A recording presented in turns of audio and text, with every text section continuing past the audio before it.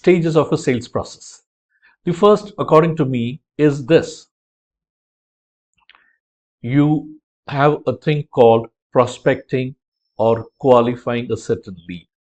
Now, prospecting and a qualifying leads can happen in two ways. Either I reach out to you or you reach out to me. So that's what we are talking about as a prospecting and qualifying. More, of course, we will see in the subsequent slides. The second one. Now, based on this, you would do a little bit of a pre-preparation, which means you would do a little bit of research work and find out what this industry is all about, what sort of a client are we supposed to be going and meeting, what sort of a profession they are into, how long they have been in this business, and so on and so forth, right? The third stage basically is the time when we approach a client. Now we feel that yes, this is a potential customer with whom we would like to work with, and hence you start indicating them that yes, you would like to work with them. Or it could be the either way. They have reached out to you.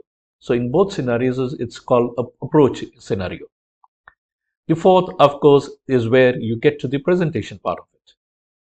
Now, presentation would mean is that talking about what you are, how long have you been in this business, how could you go about impacting their business, and so on and so forth. And how do you feel that the product or the services which you intend to sell to them, is it actually making sense or not?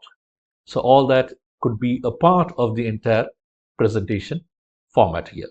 The fifth, of course, is where the most important is all about the objection handlings. And according to me, I personally feel if we have managed to reach to this stage, there's a likely chances, more probably than not, that you will see the client definitely buying the product from you. Why? Because now he has genuinely seen a lot of amount of interest, and hence objection handlings are something which, according to me, is one of the best things which you could see in a business or in a sales to happen enough. Now, based on this, you get to the level of closure. So your client sign up the contract with them, right? Take the advances or whatever it is, and then correspondingly move forward. But more important is to make sure that we are in the process of nurturing the customers.